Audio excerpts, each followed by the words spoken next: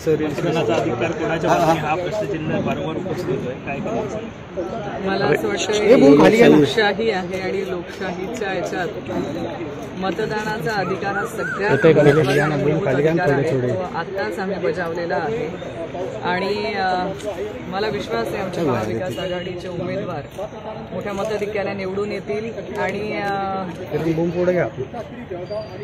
भविष्यामध्ये ते 4 तारखेला तुम्हाला दिसेलच की आमचे उमेदवार किती मताने निवडून येतील. काही रक्षाताईंनी प्रतिक्रिया देत असताना एकांत व्यक्त करून दाखवली. तुम्ही त्यांच्यासोबत जर असता तर त्यांना अधिक आनंद झाला असता, ताकद वाढली असती.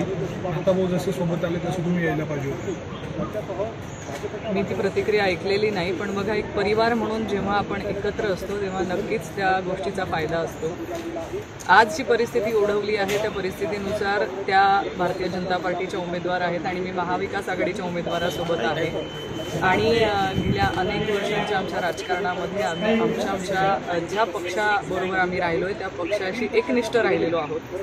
त्यामुळे मी महाविकास आघाडी म्हणून आज आदरणीय पवारसाहेबांच्या नेतृत्वात काम करते आणि एकनिष्ठतेने आज माझे सगळे पदाधिकारी महाविकास आघाडीचंच काम करत आहेत. त्यामुळे कदाचित त्यांना असं वाटतंय की आम्ही तिकडे असतो तर आमचे सगळे पदाधिकारी त्यांच्यासोबत असते, हे साहजिक आहे. हस्तांदोलन केलं, वाढदिवस देखील होता त्यांचा, काय शुभेच्छा दिल्यात?